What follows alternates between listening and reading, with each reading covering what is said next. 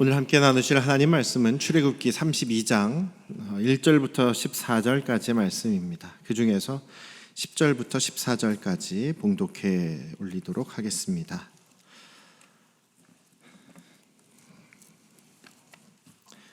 구약성경 제 성경은 130쪽이고요. 출애굽기 32장 10절에서 14절까지만 봉독해 드리겠습니다. 그런즉 내가 하는 대로 두라. 내가 그들에게 진노하여 그들을 진멸하고 너를 큰 나라가 되게 하리라. 모세가 그의 하나님 여호와께 구하여 이르되 여호와여 어찌하여 그 큰 권능과 강한 손으로 애굽 땅에서 인도해내신 주의 백성에게 진노하시나이까. 어찌하여 애굽 사람들이 이르기를 여호와가 자기의 백성을 산에서 죽이고 지면에서 진멸하려는 악한 의도로 인도해내었다고 말하게 하시려 하나이까. 주의 맹렬한 노를 그치시고 뜻을 돌이키사 주의 백성에게 이 화를 내리지 마옵소서. 주의 종 아브라함과 이삭과 이스라엘을 기억하소서. 그 주께서 그들을 위하여 주를 가리켜 맹세하여 이르시기를 내가 너희의 자손을 하늘의 별처럼 많게 하고 내가 허락한 이 온 땅을 너희의 자손에게 주어 영원한 기업이 되게 하리라 하셨나이다. 여호와께서 뜻을 돌이키사 말씀하신 화를 그 백성에게 내리지 아니하시니라. 아멘. 아멘. 할렐루야. 네, 우리 아버지 하나님의 크신 은혜와 그 크신 사랑이 여러분과 여러분 가정에 충만하시기를 주님의 이름으로 축원합니다. 우리가 기도하면서 가장 보람 있을 때가 있죠. 나를 위해서 내 기도할 때는 별로 이렇게 보람이 덜한데 다른 사람들을 위해서 기도할 때, 그리고 다른 사람을 위해서 기도한 그 기도를 하나님께서 그대로 들어주셔서, 하나님께서 우리의 기도를 다 들으십니다. 다 들어주시고 그거에 대해서 응답을 해주시죠. 그런데 항상 내가 원하는 대로 들어 응답하시지는 않으십니다. 왜냐하면 하나님은 우리의 완전하신 아버지시기 때문에 우리에게 가장 최선의 길, 가장 최선의 상황, 가장 최선의 그 인생 길을 알고 계신 하나님께서 때때로 우리가 원하는 것이 독이 될 수 있을 때에는 하나님께서 안 들어주시죠. 근데 그것이 최선이라고 말씀을 드렸습니다. 최고가 아니라 최선의 길이다라는 것을, 그러니까 믿음의 관점에서, 하나님 나라의 관점에서 최선의 길로 인도해 주시기 때문에 때때로 내가 원하는 그 기도를 안 들어주실 때도 있습니다. 그렇지만 우리가 중보 기도를 하고 또 다른 사람을 위해서 기도할 때 하나님께서 저의 기도를 그대로 들어주셔서 걱정하면서 기도했는데 그 병이 치유받았다, 수술이 잘 됐다, 여러 가지 일들이 있지 않습니까? 어려운 문제가 잘 해결되었다, 이런 이야기를 들을 때 하나님 정말 기도 들어주셔서 감사합니다, 이런 그 감사가 나오기도 하고 또 그 보람과 즐거움이 또 생기게 되는 것이죠. 우리가 신앙생활하는 여러 즐거움이 있습니다만, 여러 행복이 있습니다만, 중보기도를 통해서 다른 사람을 중보함으로 얻는 그 기쁨과 보람이 아마 가장 큰 것 중에 하나가 아닐까 싶습니다. 베드로 사도도 우리를 중보자라고 했습니다. 왕 같은 제사장, 무엇보다도 제사장의 역할은 중보하는 역할이죠. 하나님과 세상 사이를 중보하며 또 그 하나님의 아들, 딸로서, 자녀로서 존귀한 왕 같은 제사장으로서, 또 왕으로서 하나님께서 세상을 다스리시는 것을 우리가 또 중보자의 역할을 하면서 또 하나님께 기도함으로써 함께 이 세상을 다스리는 그런 사역을 할 수 있다라고 이야기하십니다. 왜냐하면 하나님께서 역사를 진행하실 때 요한계시록에 보면 성도들의 기도를 가지고, 성도들의 기도를 거기에서 하나님의 사자가 향로에 담아서 그 향을 하나님께 가지고 올라가는데 그 향은 그 성도들의 기도라고 이야기를 합니다. 그리고 그 기도를 하나님께서 받으시고 이제 하나님의 역사를 이루어 가시는, 이제 이 일을 시작하자라고 하시는 그런 일들이 계속 기록되는 것을 보게 됩니다. 그래서 우리가 기도하는 것은 아무것도 아닌 것이 아니라 정말 하나님의 역사와 함께하는 그런 놀라운 일이라는 사실을 우리 잊지 않으시기를 주님의 이름으로 축원합니다. 또 우리의 기도를 통해서 하나님께서 일하신다라고 생각하면 얼마나 감사한 일이겠습니까? 또 우리가 서로를 생각하고 또 걱정하고 사랑하며 기도하는 그 기도를 하나님께서 또 귀하게 여기실 것이다 라는 사실을 우리 잊지 않으시기를 주님의 이름으로 축원합니다. 그런데 기도는요, 항상 우리가 뭐 주세요 하는 것이 기도가 아니라고 말씀드렸죠. 우리 하나님과 우리와의 관계는 인격적인 관계입니다. 하나님은 아버지시고 우리는 자녀로서 하나님과 대화하는, 인격적으로 대화하고 교제하는 것이 바로 기도라고 말씀드렸습니다. 그래서 이거 주세요, 저거 주세요 하는 것만이 기도가 아니다라는 것을 항상 말씀드렸습니다. 오늘 모세의 기도, 모세의 중보 기도는요, 하나님 이거 주세요, 저거 주세요가 아니라 저들을 용서해 주십시오. 이것도 주세요인가요? 용서해 달라는 그런 그 용서를 위한 중보 기도였지 않습니까? 32장에 보면 모세가 그러니까 크게 두 번에 걸쳐서 이스라엘 백성들을 위해 중보 기도를 합니다.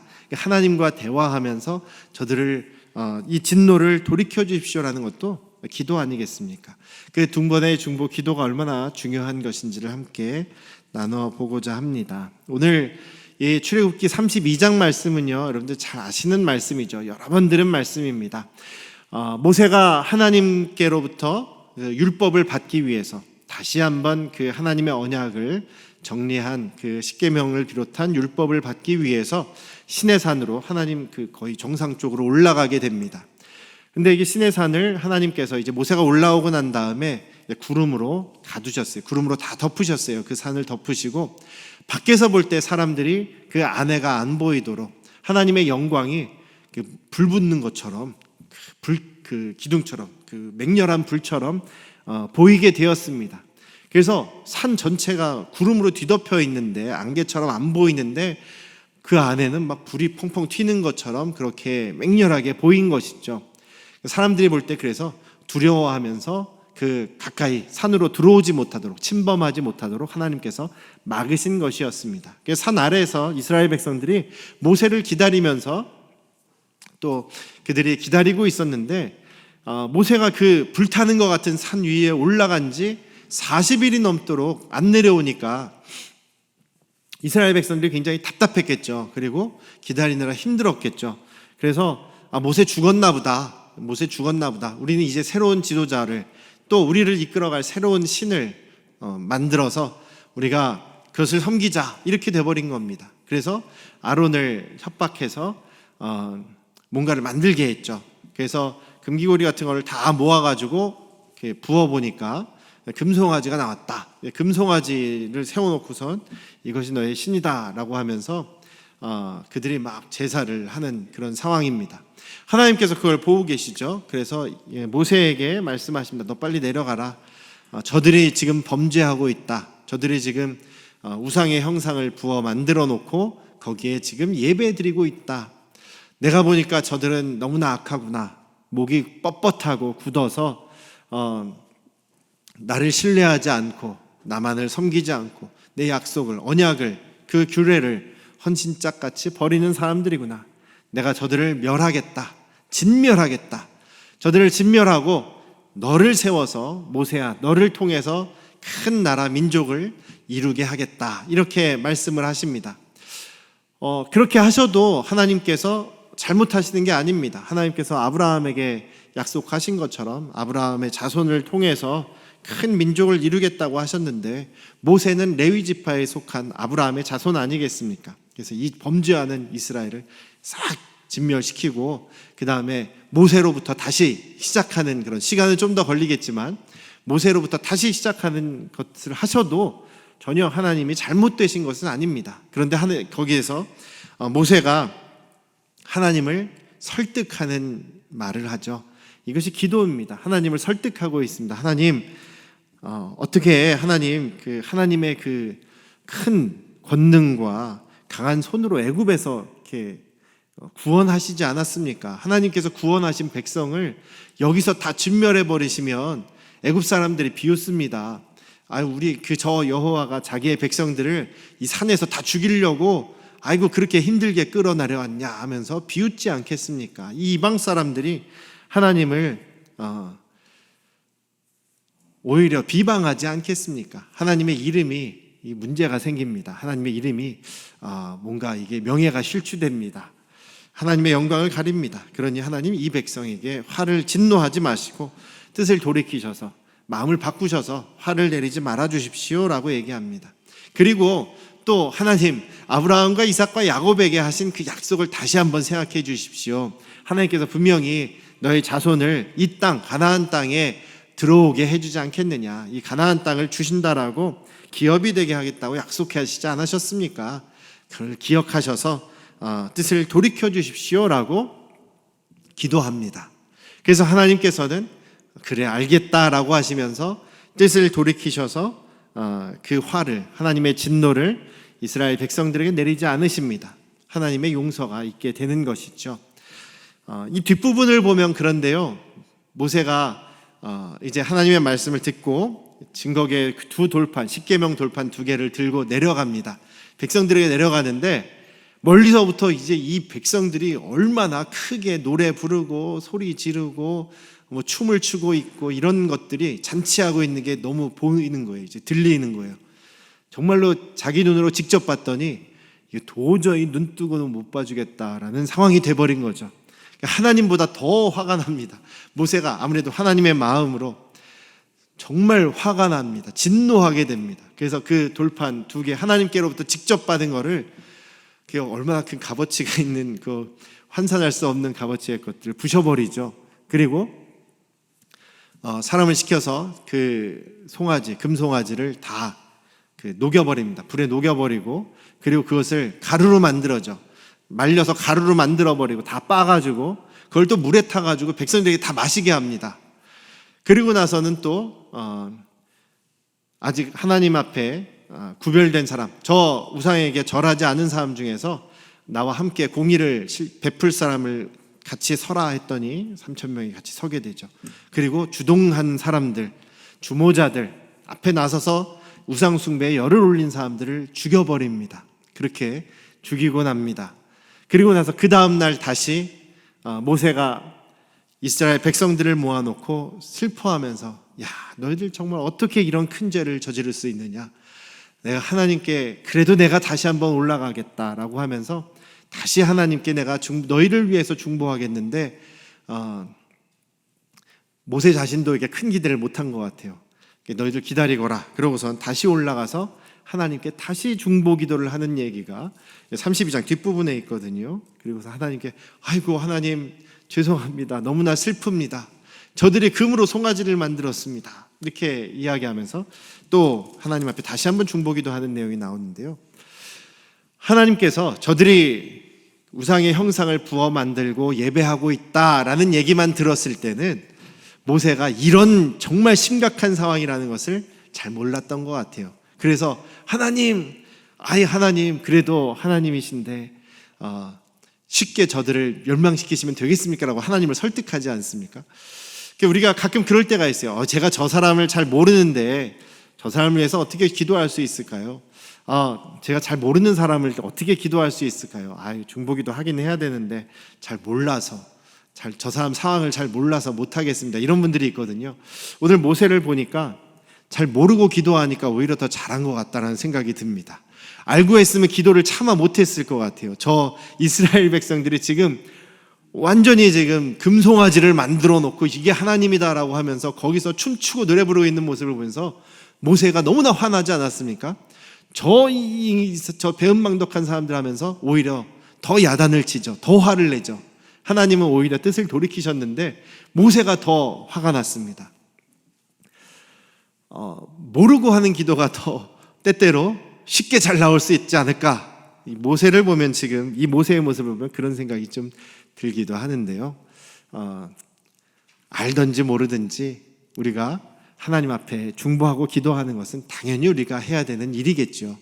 그래서 이 두 번의 중보 기도가 있는데 모세가 저희 첫 번째 중보 기도보다 두 번째가 더 대단하다라는 생각이 듭니다. 왜냐하면 첫 번째는 잘 모르고 하나님을 설득했던 거고, 두 번째는 정말 우리 이 이스라엘 백성들이 하나님이 정말 용서하실까? 이거 너무나 큰 죄인데 하나님 정말 그래도 용서하시겠습니까? 라고 이 마음의 떨림을 가지고 하나님께 그래도 용서해 주십시오라고 중보하는 것 아니겠습니까? 잘 모르고 할 때는 하나님 그래도 하셔야 되는 거 아닙니까? 이렇게 나아갔다가, 두 번째는 하나님 정말 저들이 잘못했는데요, 그래도 좀 용서해 주시면 안 되겠습니까? 이런 기도죠. 두 번째 기도가 훨씬 힘든 기도입니다. 아마 훨씬 힘들었을 거예요. 저 모세도 양심이 있기 때문에 제가 봐서는 저들은 멸망당해도 싼 사람들인데, 당연한 사람들인데 그래도 하나님 용서해 주십시오라는 기도가 쉽게 나오기가 어렵지 않습니까?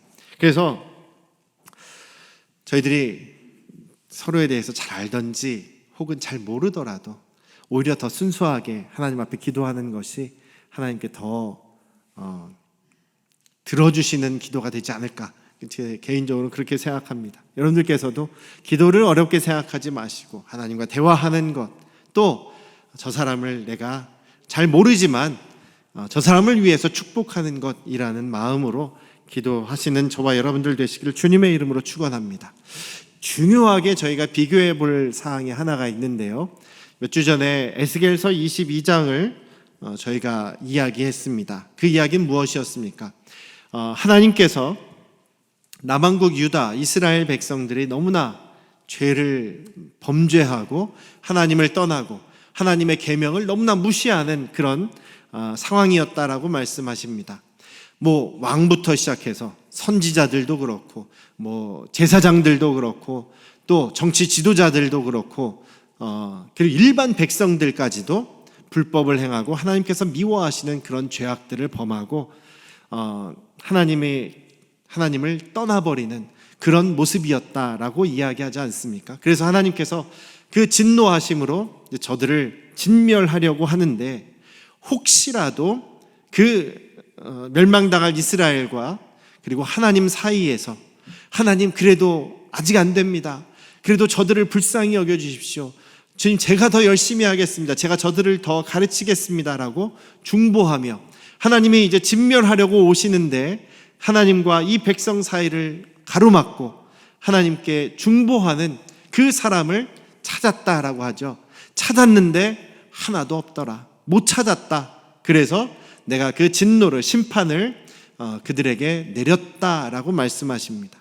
그 심판으로 인해서 이제 유다가, 이스라엘이 멸망을 당한 것이죠. 에스겔서 22장의 말씀하고 오늘 출애굽기 32장의 말씀은 비슷한 점이 있고 크게 다른 점이 있습니다. 비슷한 점은 무엇입니까? 둘 다 하나님의 언약을 저버리고 범죄한 것이죠. 하나님의 언약을 저버리고 범죄했습니다. 하나님을 저버리고 우상을 만들어 놓고 거기서 막 신나게 우상을 섬기는 그런 모습과, 또 모든 백성들이 하나님의 법을 저버리고 우상을 섬기고 또 이 물질에 대한 욕심 때문에 다른 사람에게 해를 끼치고 있는 이런 죄악들을 하나님 앞에서 범죄하고 있는 모습입니다. 두 상황 전부 다 하나님께서 진노하시죠. 그리고 이 이야기들을 보면 둘 다 징벌을 받기에 마땅한 그런 사람들입니다. 심판을 당하기에 마땅한 사람들입니다. 그런데 큰 차이가 있습니다. 출애굽기 32장엔 누가 있었습니까? 모세가 있었습니다. 중보자가 있었죠. 에스겔 22장에는 어떻습니까? 중보자가 없습니다.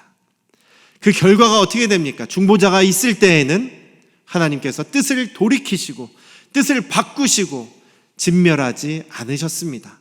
에스겔서 22장에서 하나님께서는 중보하는 사람이 없으므로 내가 그대로 내 진노를 그들에게 쏟았다, 하나님의 심판이 있게 되었던 것이죠. 사랑하는 우리 안양 성도교회 가족 여러분, 중보자가 있고 없고가 그들의 운명을 좌우하는 결정적인 그런 기준이 되기도 한다라는 사실을 우리 깊이 마음에 새기시기를 주님의 이름으로 축원합니다. 중보 기도자가 있느냐 없느냐의 그 여부는 가까이 있는 우리 가정, 우리 교회, 우리 민족, 우리 나라가 또 세계에 모든 사람들이 심판을 당하고 멸망을 당하느냐 아니냐의 운명을 좌우할 수 있는 그런 크나큰 결과를 가져온다고 저는 그렇게 믿습니다. 이렇게 중보하는 것이 중요합니다. 예수 그리스도께서 자신의 영을 우리에게 믿는 사람들에게 부어주셨습니다. 그것이 바로 성령이지요. 성령을 보혜사라고 말씀하십니다. 보혜사라는 이름의 뜻은 중보자라는 뜻이 있습니다. 중보자라는 의미가 강합니다. 성령께서 지금도 하시는 일이 무엇이냐면 우리와 하나님 사이를 중보하고 계신 것입니다. 그래서 주님께서도 지금도 중보하고 계시고 우리도 그렇다고 한다면 가장 중요하게 우리의 삶 속에서 하나님 나라 백성으로서 해야 되는 일은 바로 중보하는 일이다라는 것을 우리 잊지 않으시기를 주님의 이름으로 축원합니다. 근데 이 모세가 중보할 때 첫 번째는 못 모르고 중보했는데 두 번째는 저들이 정말 큰 죄를 저질렀구나. 야, 이건 내가 하나님이면 정말 다 엎어버릴 텐데, 다 쓸어버릴 텐데, 이거 양심에 찔려서 하나님께 어떻게 내가 무슨 면목으로 중보할 수 있겠느냐라고 걱정하면서도 하나님께 중보합니다. 어떤 마음으로 중보했는지 32장 31절 32절을 한번 같이 보시죠. 32장 31절 32절을 같이 읽어보겠습니다. 31절 32절을 찾으셨죠? 같이 읽겠습니다. 시작. 모세가 여호와께로 다시 나아가 여짜오되 슬프도소이다. 이 백성이 자기들을 위하여 금신을 만들어 싸우니 큰 죄를 범하였나이다. 그러나 이제 그들의 죄를 사하시옵소서. 그렇지 아니하시오면 원하건대 주께서 기록하신 책에서 내 이름을 지워버려 주옵소서. 여러분들 그렇게 기도할 수 있겠습니까? 우리 자녀들을 위해서는 하실 수 있을 것 같아.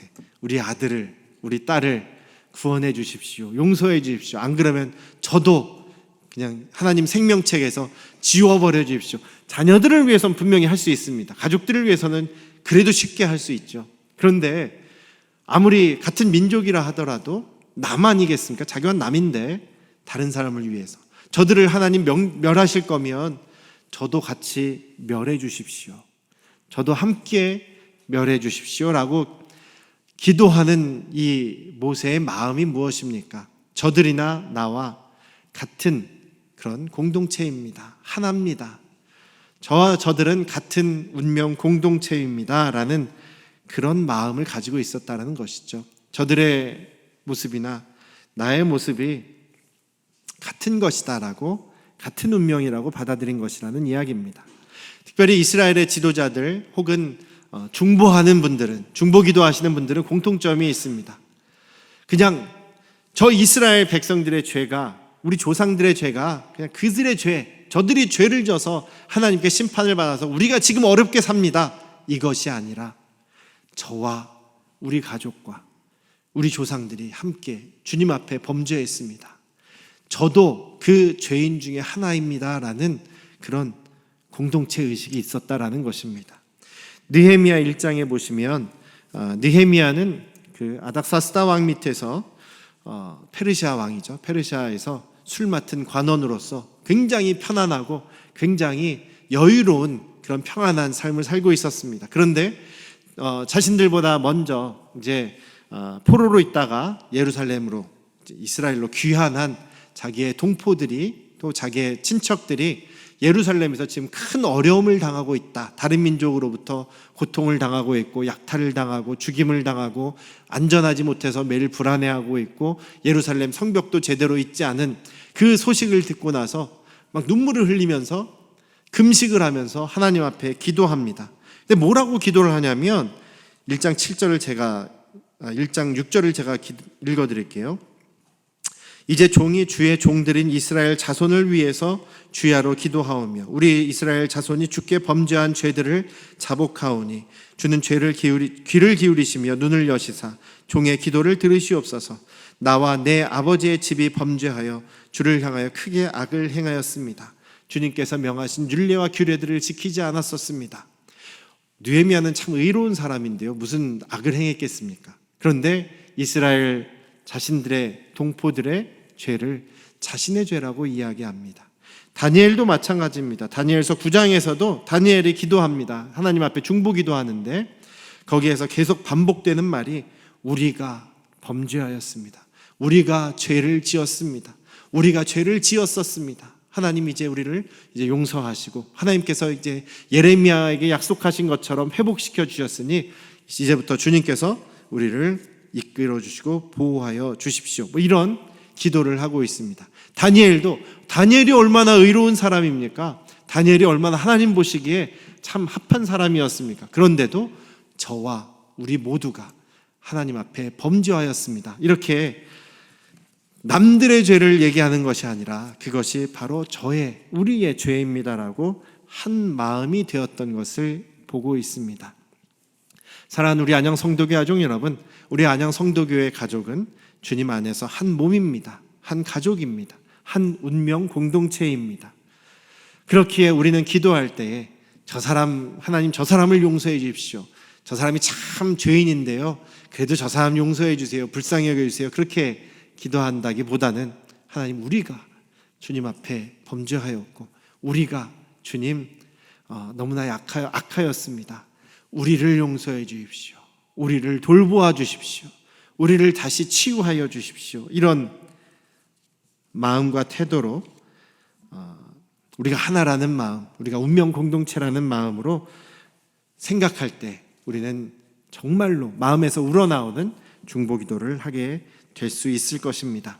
중보자가 있느냐 없느냐는 정말 그 사회의 운명을 결정하는 것이다 라는 사실 우리 잊지 않으시고 우리는 그런 중보자가 되시기를 다시 한번 주님의 이름으로 축원합니다. 기도하겠습니다. 아버지 하나님, 우리도 이런 마음을 갖게 하여 주시옵소서.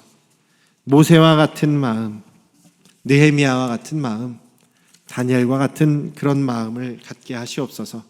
나 혼자만, 우리 가족만, 나하고 친한 사람들만 잘 되고 잘 사는 것이 아니라 우리 모두는 한 운명 공동체로서, 한 가족으로서 우리가 함께 주님 안에서 살아야 하고 함께 주님 안에서 인도하심을 받아야 한다라는 마음으로 우리가 하나라는 사실을 잊지 않도록 인도하여 주시옵소서. 그래서 내가 잘 알든지 잘 모르든지 우리 서로를 중보하며 뜨겁게 기도하며 또 주님 앞에 함께 나아가는 우리 믿음의 안양 성도교회 우리 모두가 되게 하여 주시옵소서. 이제는 우리를 죄에서 구원하신 예수 그리스도의 은혜와